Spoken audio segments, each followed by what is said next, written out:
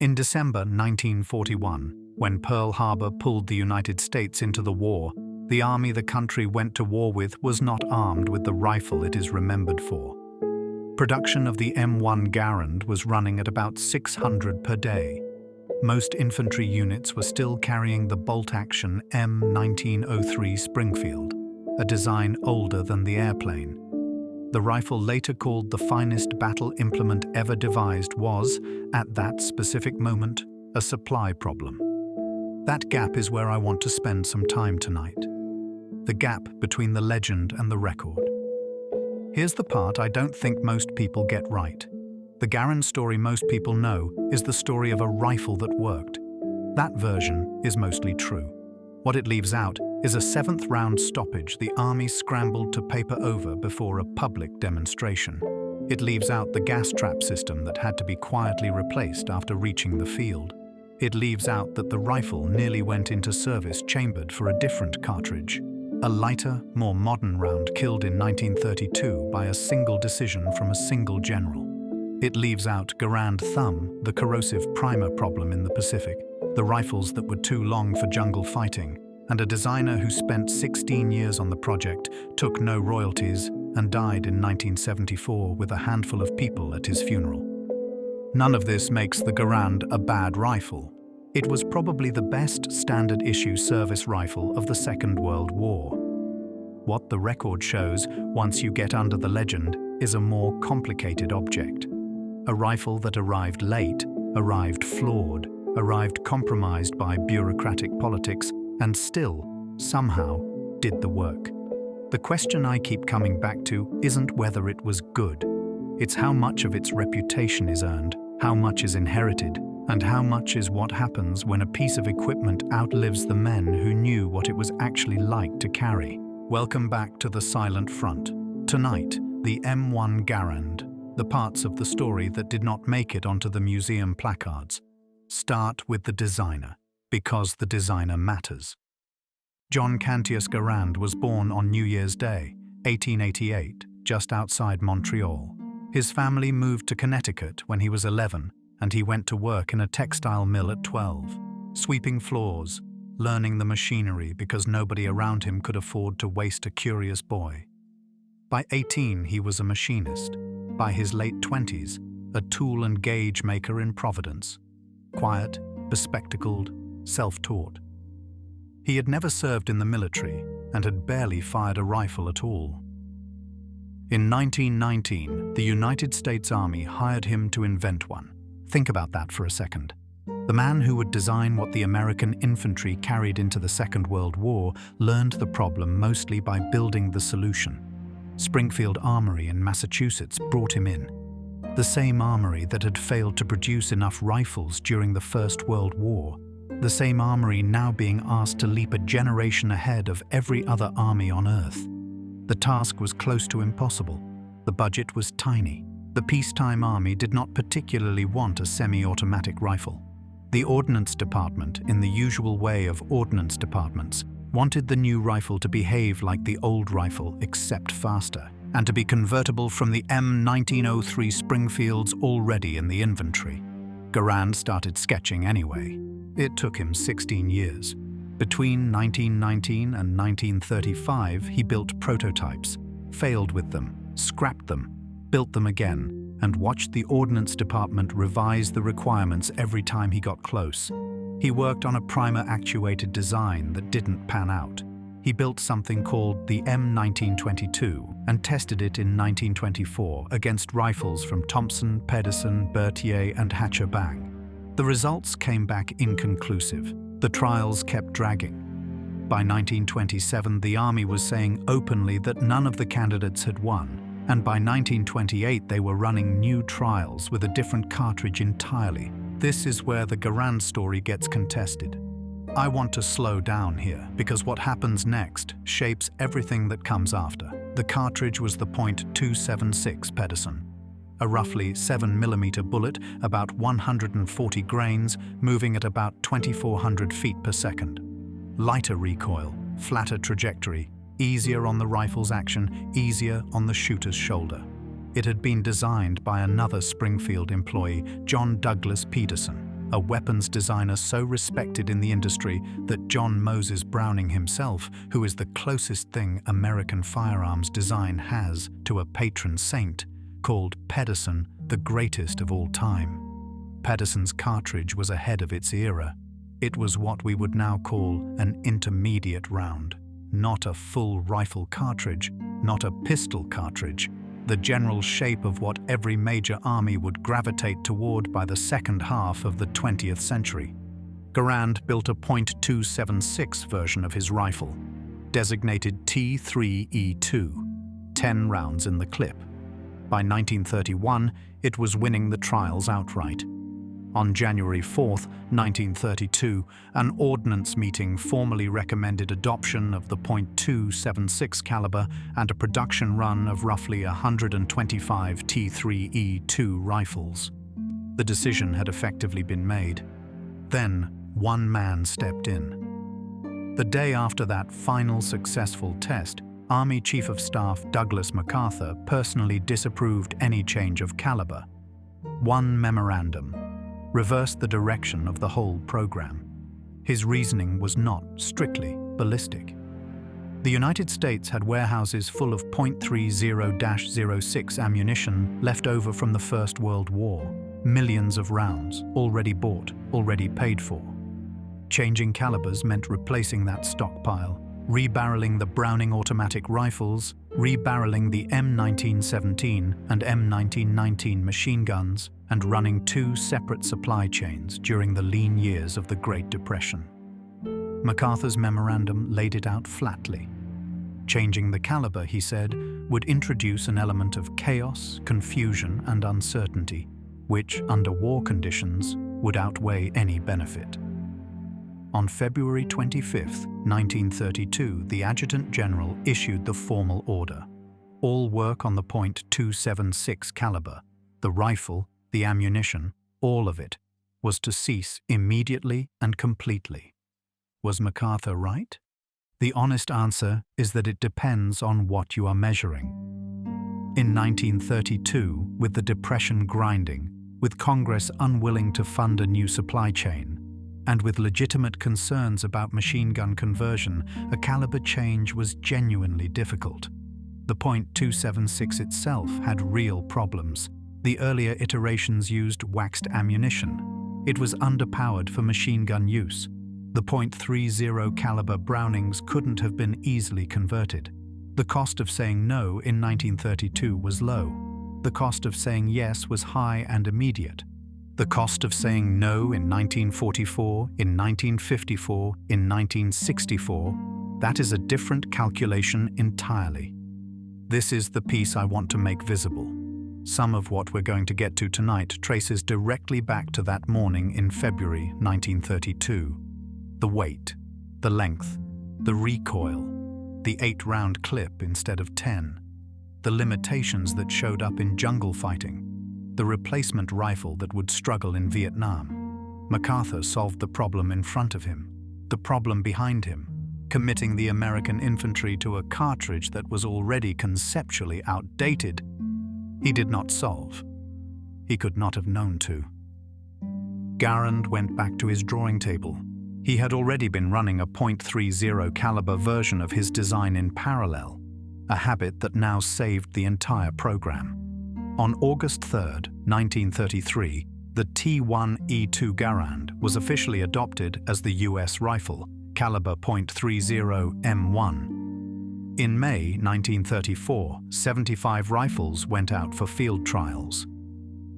What followed was not the smooth, triumphant introduction the legend suggests. It was a slow, grinding fight to make the rifle work the way it was supposed to. The production numbers tell the story cleanly. In 1934, they built 80 rifles, essentially by hand. By the summer of 1937, a year and a half after formal adoption, Springfield was building 10 rifles a day. 10, then 20, then 80. On September 1, 1939, the day Hitler invaded Poland, Springfield finally cracked 100 rifles per day. By January 1941, production was up to around 600 a day, against an initial order for 240,000. The arithmetic does not favor the legend. The rifle that would equip the American infantry in the largest war in history was, during the years it most needed to be built at scale, barely being built at all. The rifles that did come off the line weren't right yet. The earliest M1s used a design called the gas trap. Instead of drilling a hole in the barrel to bleed off gas to drive the action, Garand had designed a cap at the end of the muzzle that captured propellant gas after the bullet had left the barrel. Elegant in theory. In practice, the muzzle cap could come loose, and under hard bayonet training, the whole gas system could be disabled. Accuracy drifted, parts wore strangely. In October 1939, the Army quietly ordered a modification. Drill a gas port in the barrel, abandon the trap. Rifles with the new gas port system began reaching troops in May 1940. Here's a place where the record is thin and I want to flag it. A number of gas trap M1s had already been issued. Some went to the Philippines and saw combat in the early fighting in late 1941 and early 1942. MacArthur himself filed a report saying they were giving, as he put it, superior service. Whether that was accurate, or whether it was the only thing a besieged commander could say to Washington about weapons he was not in a position to replace, is a question the surviving documents don't answer. I would not lean on that report as evidence the gas trap actually worked in combat. I would note it and move on. Then there was the 7th round stoppage, the one that almost sank the program. It's worth slowing down here because it's a case study in what happens when an inventor gets pushed aside and production engineers decide they know better.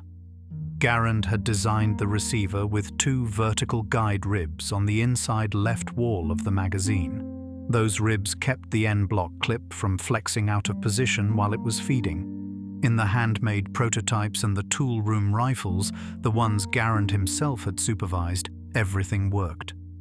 Springfield Armory went to production tooling, and a funny thing started happening. If the clip was loaded with the top round on the right, the 7th round would jump out of the feed path and stub its bullet against the top of the receiver. A hard jam. The kind you clear with your fingers while somebody on the other side is shooting at you. The cause wasn't obvious. It did not happen on the early handmade rifles. It only happened on the production line. Springfield's engineers chased it for weeks. What they eventually figured out, and it took an assistant foreman named Walter Campbell to figure it out, not the engineers, was that the machining step used to drill the hole in the receiver for the barrel was being carried through to a depth that shaved metal off the top of one of those guide ribs. A small bevel, barely visible. That meant when the clip was partly empty and the top round was on the right, there wasn't enough support to keep the 7th round aligned. Campbell welded the rib back to its original profile, fired the rifle, and the stoppage vanished. So the failure was a production error, a shortcut, a deviation from Garand's original specification that nobody had thought to check with Garand himself. And this, to me, is the detail that tells you what the institutional culture around the rifle actually looked like in those years. The inventor was in the building. The answer was in his blueprints. Nobody was asking him. An army officer during this period actually suggested firing Garand to save the $3,500 a year they were paying him. That's the environment. That's what he was working in. The 7th round stoppage is also where the Camp Perry business comes in. This is one of the more quietly panicked episodes in the M1's history, and I think it's worth telling the way it actually happened, because the sanitized version leaves out how close the whole program came to collapsing in public. The national matches at Camp Perry, Ohio, were the most prestigious civilian and military rifle competition in the country. The War Department decided it would be a good idea to bring the new M1 to Camp Perry in 1939 and let the civilian shooters try it out. Public relations. The decision was made before the 7th round stoppage was fully understood, let alone fixed. 200 M1 rifles were going to Camp Perry. If enough of them malfunctioned in front of the best civilian shooters in the country, the rifle's reputation would be dead in the water. Those shooters had political weight. They had the ear of Congress. The program could be cancelled. Springfield sent Colonel James Hatcher, brother of Julian Hatcher, the ordnance officer who would later write the standard reference work on the rifle, to Camp Perry to manage the damage. Hatcher did something clever and something slightly dishonest. He modified the followers on every one of those 200 demonstration rifles so they would physically refuse to accept a clip loaded with the top round on the right. Then he ordered every single clip of ammunition being issued to those rifles to be unloaded and reloaded with the top round on the left. Every clip, by hand. Somebody was sitting in an armory building doing that work for days before the event. The rifles went to Camp Perry. The civilian shooters fired them. Nothing jammed. The army quietly exhaled, but the demonstration only barely worked. The news media and the NRA had already been raising questions about the M1's usefulness, and the army's tense, over-supervised handling of the demonstration made some of those civilian shooters more suspicious, not less. It took the 1940 national matches, after the stoppage had been properly fixed, before target shooters really began to trust the thing. It took the 1940 Marine Corps comparative tests, where the M1 was pitted against the M1903 Springfield and two other semi-automatic designs, before the Marine Corps grudgingly accepted that Garand's rifle was, in their words, the most satisfactory semi-automatic available. Note the language carefully, not the best rifle. The most satisfactory semi-automatic. The qualifiers matter. The Marine Corps did not drop them until Guadalcanal 2 years later, when their Marines started bringing home stories about what the M1 did when Japanese infantry came out of the jungle at night. Before we get to Guadalcanal, go back to the production numbers. When the Japanese hit Pearl Harbor on December 7, 1941, the United States Army was not, in any meaningful sense, an army of M1 Garands. Production was still catching up. Most Army units and the overwhelming majority of Marine Corps units were still carrying the M1903 Springfield, a bolt-action rifle that had been in service since, essentially, the Philippine insurrection. The first American soldiers to fight in the Philippines in late 1941 mostly carried O3s. The first Marines to hit Guadalcanal in August 1942 mostly carried O3s. M1 Garands trickled out to them in the months that followed, and the transition was not complete until well into 1943 for most Marine units. For the men going into combat in the in-between period, the Garand was a rumor, a thing some Army unit back home was training with while they themselves worked the bolt on a rifle designed in the era of the Spanish-American War. Here's the number that captures this. On the day of Pearl Harbor, Springfield Armory was producing about 600 M1s a day. Winchester, which had been contracted in 1939 to help, was still ramping up and would not hit anything resembling full volume until 1942. By the end of 1941, roughly 400,000 M1 rifles had been built. That sounds like a lot until you put it against an army about to grow to over 8 million men. By 1943, Springfield was turning them out at around 4,000 a day, and the cost per rifle had dropped to about $26. Total wartime production came in somewhere around 5.4 million. This is where the data and the reputation split. For every M1 Garand that existed on the day of Pearl Harbor, more than a dozen were built in the years that followed.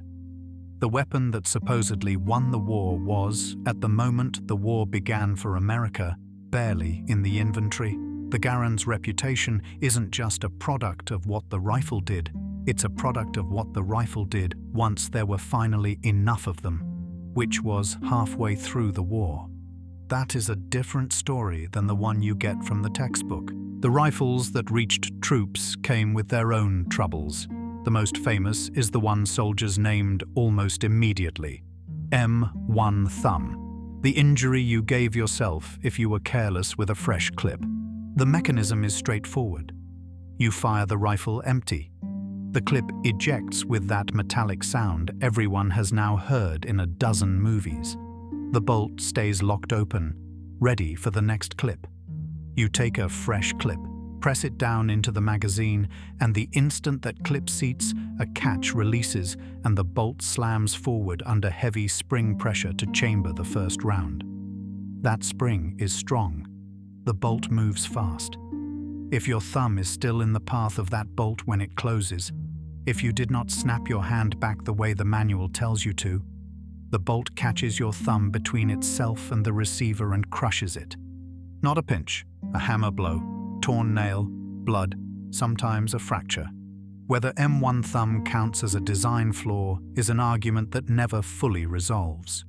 The proper technique, hand flat, palm against the side of the receiver, thumb riding on top of the clip and snapped clear as the bolt released, worked fine when you remembered it. The problem was that in the heat of combat, men did not always remember it. Fear compresses technique. Muscle memory breaks. The records here are messy.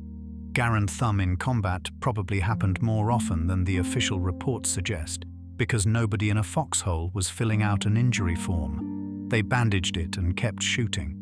The injury rate in training, on the other hand, is well documented. The official Air Force maintenance manual for the rifle, still in use for drill teams today, explicitly warns that if your thumb or finger is in the path of the bolt, a painful condition called M1 thumb is a strong possibility. What I take from that is less a claim about the rifle's design than a claim about its handling tolerance. A rifle that has to warn its operator about a specific self-inflicted injury in an official manual half a century after the rifle's adoption. That's a rifle with a particular kind of relationship to its user. Weight is the next issue.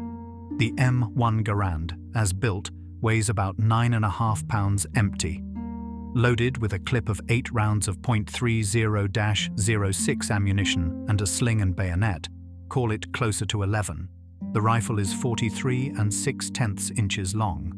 That is a long rifle, longer than a modern AR-15 by nearly 4 inches, heavier by 3 or 4 pounds. It was designed in an era when military doctrine expected infantrymen to engage targets out to 500 yards with aimed fire, and the ballistics and length made sense for that doctrine. In practice, the doctrine and the actual war did not match. This is where the official doctrine and battlefield reality split. Most infantry firefights in the Second World War, and this is well documented in Army and Marine Corps after-action analysis, took place inside 300 meters. A lot of them took place inside 100.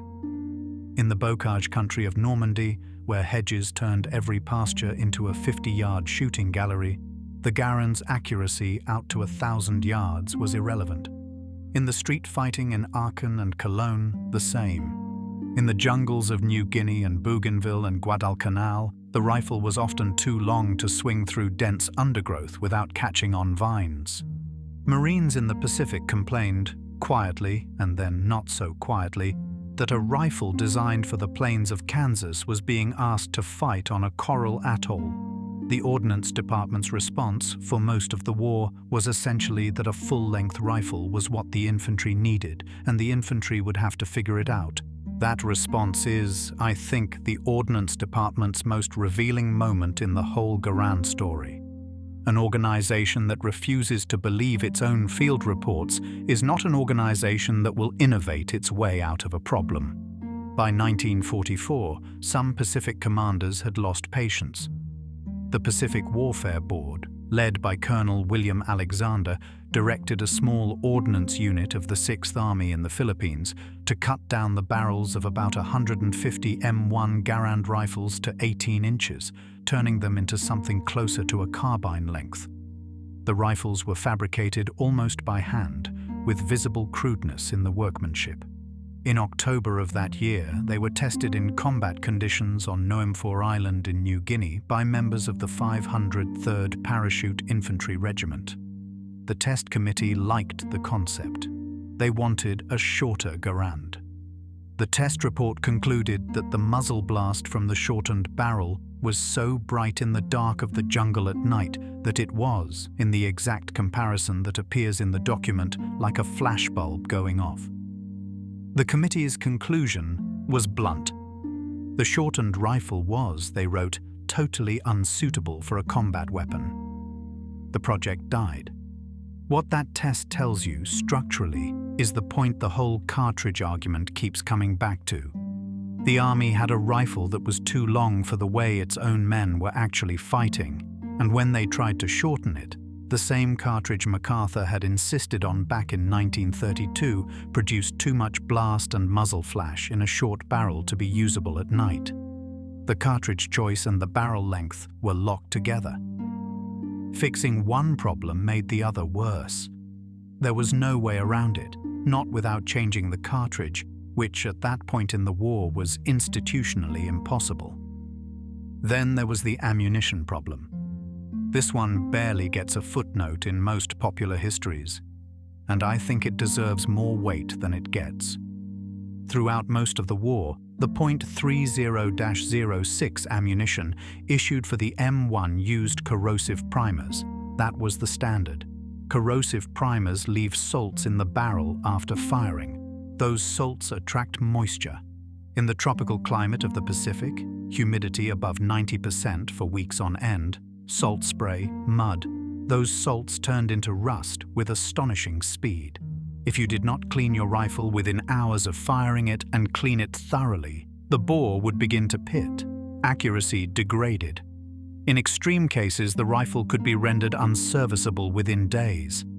The M1 carbine, by contrast, used non-corrosive primers from the start. Pacific veterans noted, sometimes ruefully, that the smaller, lighter, less powerful carbine was also the rifle that did not rust itself to death if you missed a cleaning cycle. There was no elegant fix. Cleaning was discipline, and men who survived the jungle were men who took care of their rifles. What I think the army got wrong here is the assumption that soldier discipline would paper over a procurement problem. It did not. It mostly did, most of the time, for most soldiers, which is a different sentence. The standard issue rifle was being degraded by standard issue ammunition in the theater where the army was fighting some of its hardest close quarters actions, and the workaround was the individual rifleman. That's a workaround. It's not a solution. The difference matters when you're the guy whose bore just pitted. The N-block clip is the next piece worth examining, and the argument over it never quite settled either. John Garand did not originally want a fixed magazine with an N-block clip. He designed versions of his rifle with detachable box magazines. The Ordnance Department rejected them.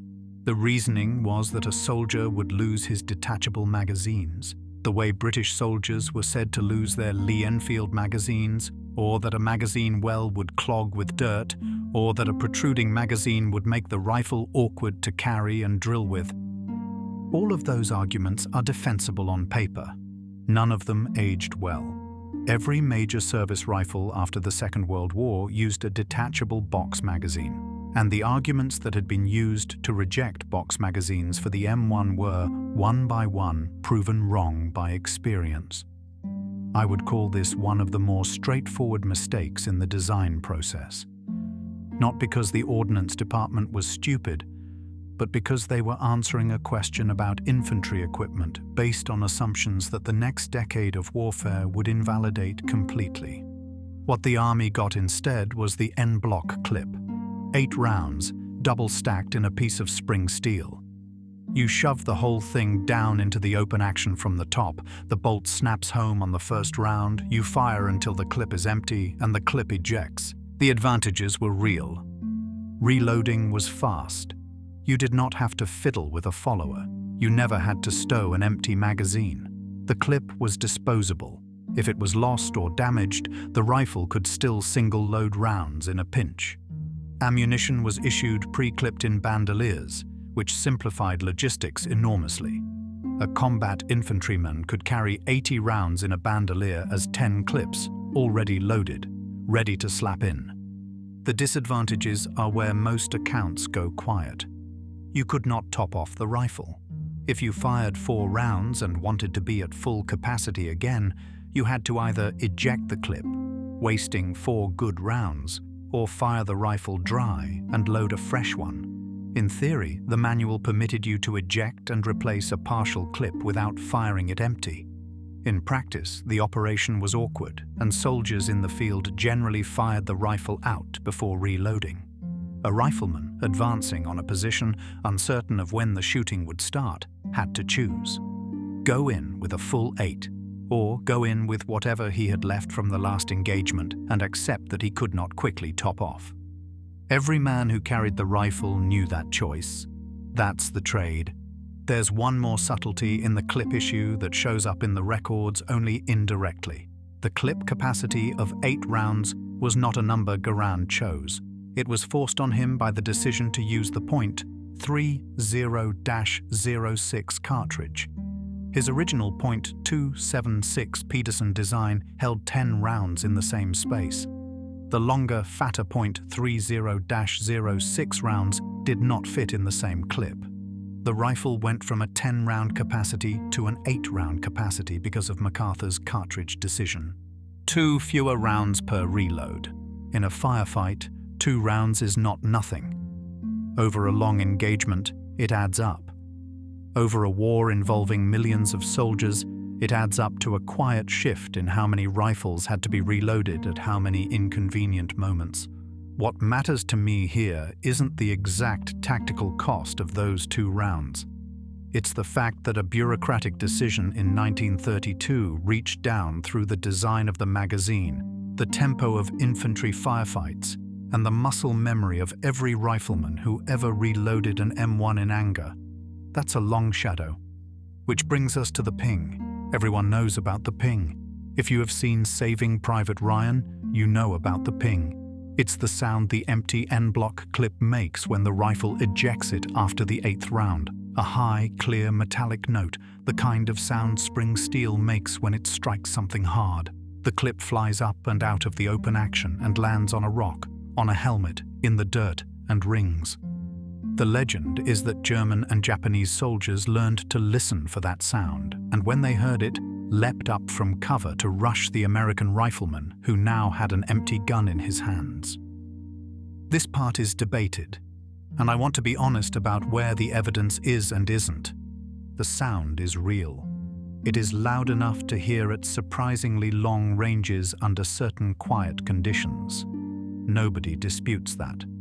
Whether the enemy ever actually exploited it is a question with no clean answer.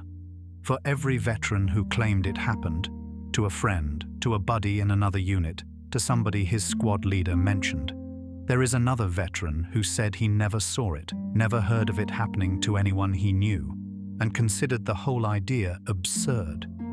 First-hand accounts are almost impossible to find. It's always a friend of a friend. It's always second-hand. The ping, as a documented cause of American casualties, does not appear in any systematic military record. After 90 years, the record is essentially silent on whether it ever happened at all. What matters to me isn't the exact number of soldiers who may or may not have been killed by the ping. I'm skeptical the number is meaningful statistically. What matters is that the myth survived anyway. That tells you something about how exposed the men carrying the rifle felt, even if the statistical danger was small. One document complicates the picture. I want to name it directly because it's a primary source. In 1952, the Operations Research Office at Johns Hopkins, tasked with gathering feedback on small arms performance in Korea, produced a technical memorandum called ORO-T-18 FEC, Use of Infantry Weapons and Equipment in Korea, written by G.N. Donovan. Donovan's report contains a sentence worth reading carefully because it was written while the men were still carrying the rifle in combat. Donovan wrote that the noise caused by ejection of the empty clip from the M1, despite the fact that at close range it could be heard by the enemy, was considered valuable by the rifleman as a signal to reload. That sentence contains a whole psychology. American riflemen in Korea Men still carrying the M1, years after it was supposed to be the finest battle implement ever devised, were aware that the ping could be heard by the enemy. They knew. They still considered it useful because in the chaos of a firefight, that metallic note was a reminder at a moment of maximum stress that they had just run dry and it was time to reload. They adapted to the ping. They used it. Some of them, according to scattered accounts, even threw empty clips onto rocks to draw enemy soldiers out of cover, turning the ping from a possible liability into a trap. The accounts on that last detail conflict, and I would not put too much weight on whether the empty clip as bait trick was widespread or a handful of clever men doing it. The fact that the story circulated at all is what interests me. It tells you how the actual rifleman thought about the problem. On balance, the ping isn't really a flaw of the rifle. It's a characteristic. It lived in the minds of American soldiers as a warning, and in the imagination of the post-war public as a death sentence. And the reality was somewhere in between, and probably closer to neither. The sound was real. The danger was, most of the time, theoretical. The men who carried the rifle adapted to both. Zoom out for a second. While Springfield Armory was still ramping up production in 1941, the rest of the world's armies were moving in directions the Garand's designers had not fully anticipated. The German army was already fielding the Gewehr 41 and working on the Gewehr 43, semi-automatic rifles of their own with detachable magazines, partly informed by their observation of what the Americans were doing. The Soviets were fielding the SVT-40, also semi-automatic, with a detachable magazine, also in a full-power cartridge. By 1943, the Germans had gone further. They were testing what they called the Sturmgewehr 44, the first weapon to really embody the concept of the assault rifle, chambered for an intermediate cartridge that was conceptually similar to what Pedersen had proposed in 1923. That convergence is worth pausing on. The Germans, working independently, had arrived by a different route at exactly the conclusion the .276 Pedersen had represented. An intermediate cartridge, a shorter, lighter round, a select fire rifle with a detachable magazine. The thing the United States had rejected in 1932 was being born in a German arms factory 10 years later. Whether anyone in the American Ordnance Department recognized the pattern at the time, I don't know. I have not seen a document that says they did. What I can say is that in 1943 the Germans were building the future of infantry weapons, and in 1943 the Americans were finally hitting full production on a rifle whose design had been effectively frozen in 1932. The Garand was the best service rifle of the war in the sense that it gave American infantrymen a rate of fire their enemies could not match.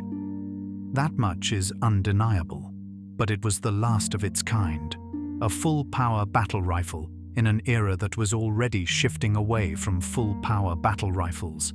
By the end of the war, every major combatant had either fielded or begun developing something with an intermediate cartridge and a detachable magazine.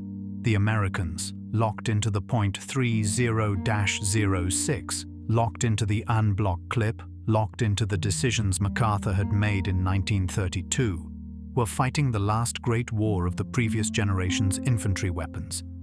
The post-war cost of that commitment showed up almost immediately. When the Army replaced the Garand in 1957, they did it with the M14, essentially an updated M1 Garand with a detachable 20-round magazine and a selector for automatic fire. The M14 inherited the same fundamental problem. It fired a full-power cartridge, the 7.62 by 51mm NATO, which was basically a shorter .30-06. The heavy recoil made the rifle uncontrollable on automatic. Most M14 selector switches in Vietnam were welded to semi-automatic because the rifle could not be managed any other way. American advisors in Vietnam were encountering North Vietnamese troops armed with Chinese AK-47s, weapons with intermediate cartridges and 30-round detachable magazines.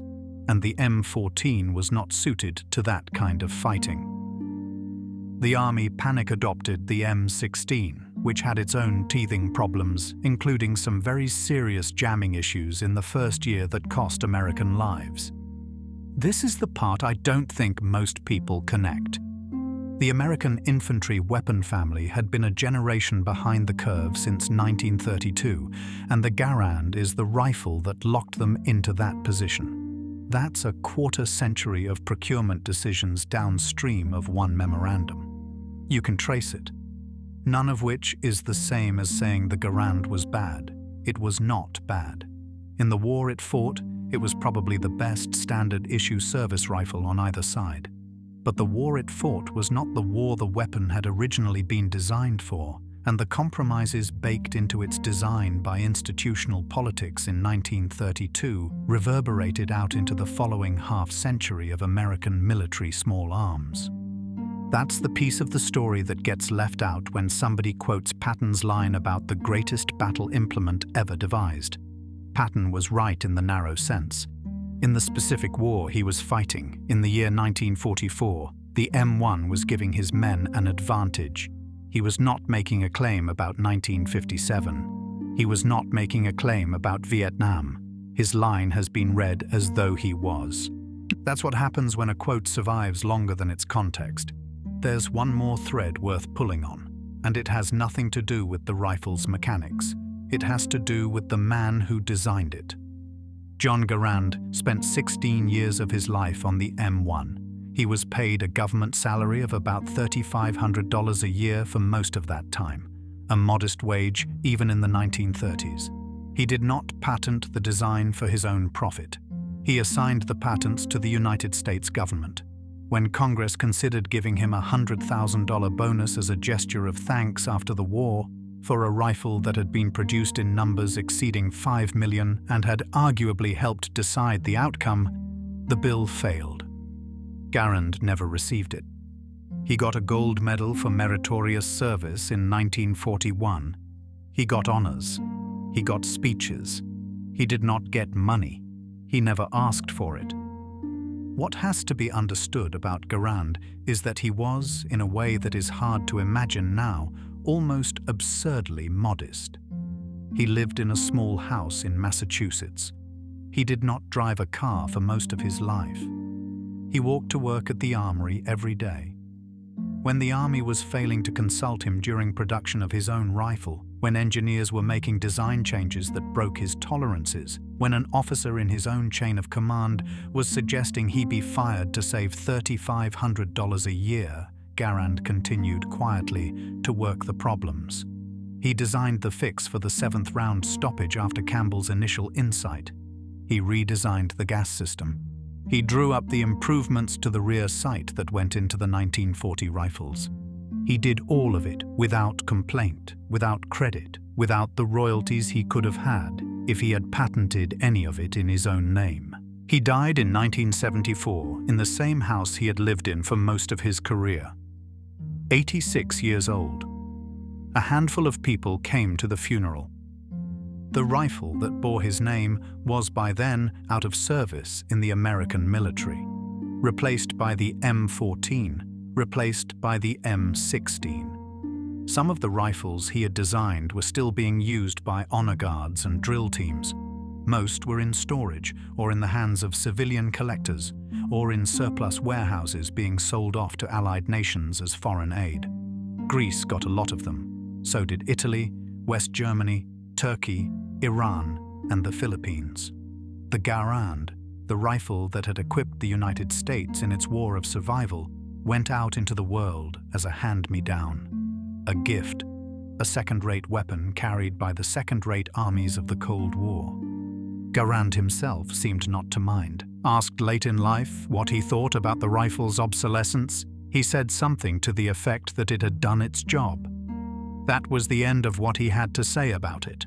That is the man, a quiet French-Canadian machinist from a mill town in Connecticut. Worked for the United States government for 53 years, treated shabbily by the institution he served. Watched his best design get compromised by a cartridge decision he had no say in. built the rifle that armed the American infantry in the biggest war the country ever fought. Was forgotten, more or less, by the country that carried it. The rifle outlived him by decades. The injustice of how he was treated has outlived him too. The broader story, the one about what the Garand really was, has never fully caught up with the legend. The rifle has been mythologized in a way that makes it hard to see clearly.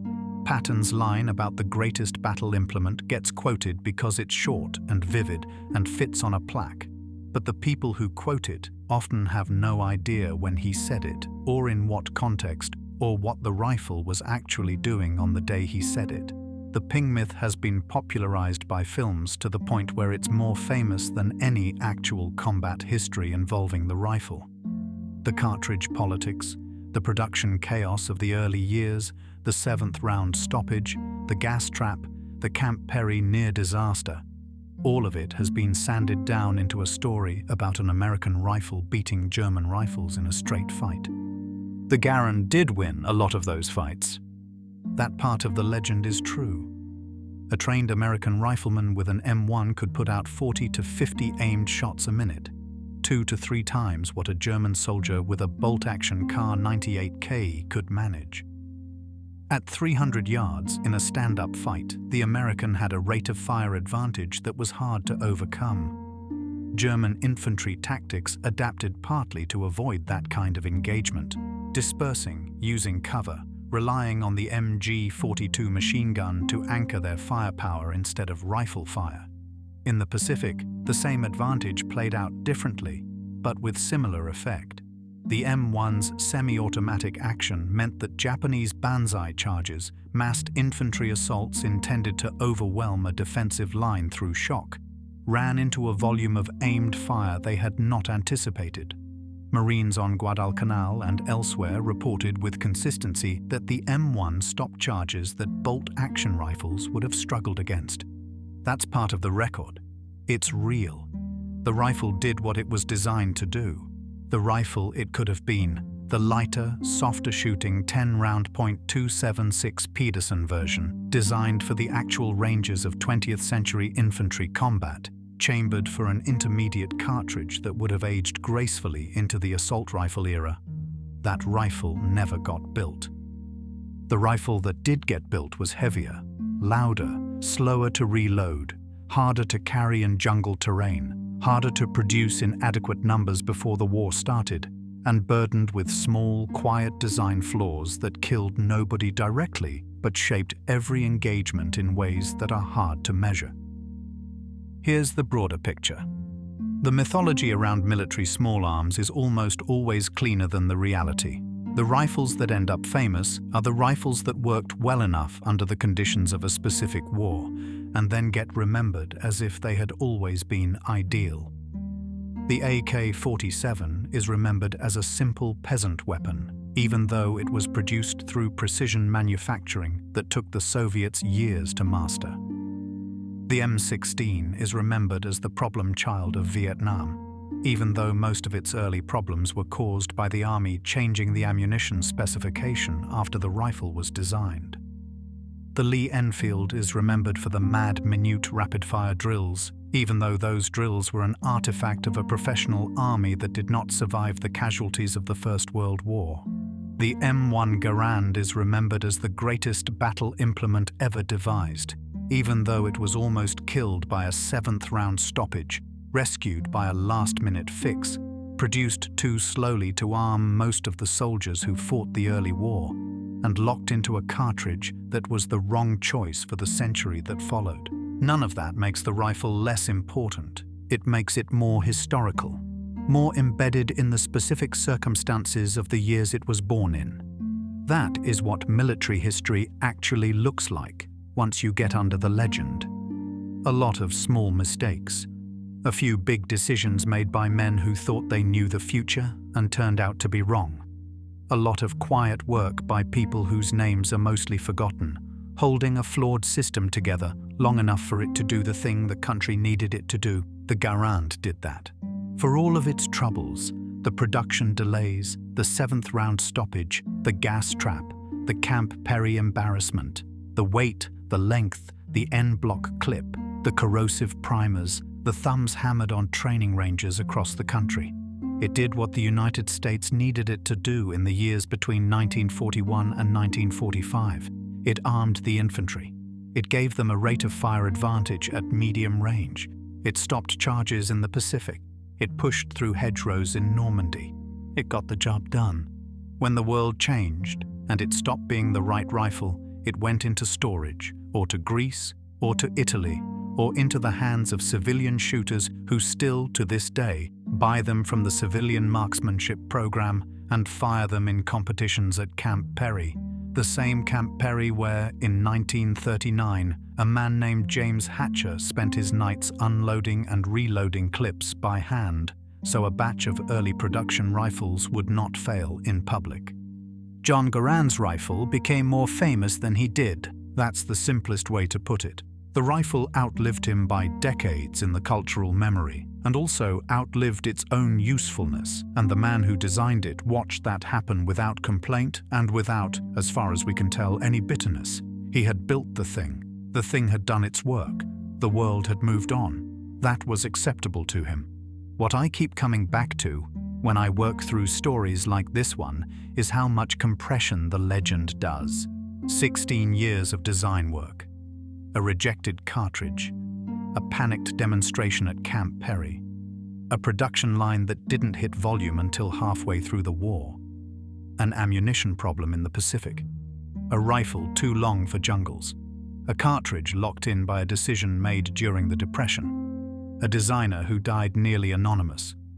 The legend files all of that down to a line from George Patton. The compression is what lets the rifle be useful as a symbol. It's also what makes the rifle hard to see. What the rifle actually was is what I have tried to describe tonight. A tool, built by a quiet man who was not consulted often enough, made on a schedule that almost failed, carrying a cartridge it did not need to carry, doing the work anyway, because the men who held it did the work anyway. The legend and the record are not opposed. They sit on top of each other. The legend is the part the country chose to remember. The record is what was there before the choosing started. If the documented record behind the weapons of the 20th century is the kind of story you want more of, you know where the buttons are. There's another one coming.